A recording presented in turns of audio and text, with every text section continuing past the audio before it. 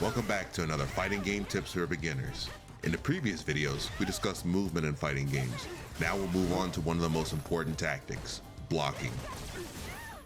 Blocking is possibly the second most important thing to learn when starting in fighting games, and its usefulness will carry on throughout your journey.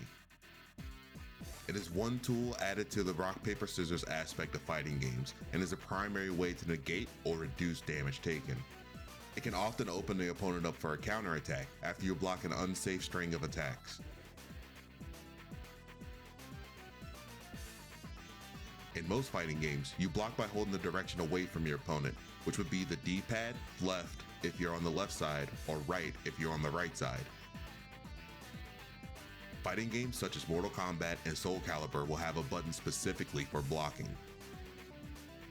Cross-up jumps are when the character jumps to the other side of your character and attacks, hitting the backside of your character on the way down. In this scenario, you block in the opposite direction because the side will switch. Block buttons ignore this need to change the directions.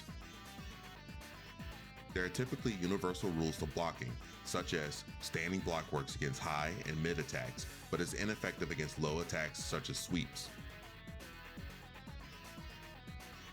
And crouching block works well against low attacks and even some high attacks, but is ineffective against overhead attacks and aerial attacks.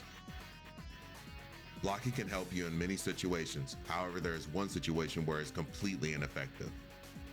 That is, attacks that are deemed unblockable. These attacks come in the forms of throws, command grabs, and certain special moves / supers.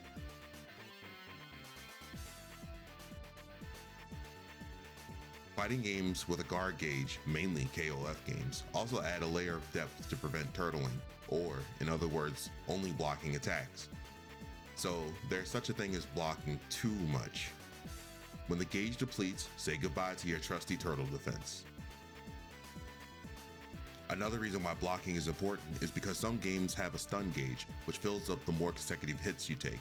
Once you're stunned, it leaves you wide open for any attack or combo, or the occasional bag of lift and ice. This has been another fighting game tips for beginners. Next we will go into the fun part of these games, offense, so stay tuned.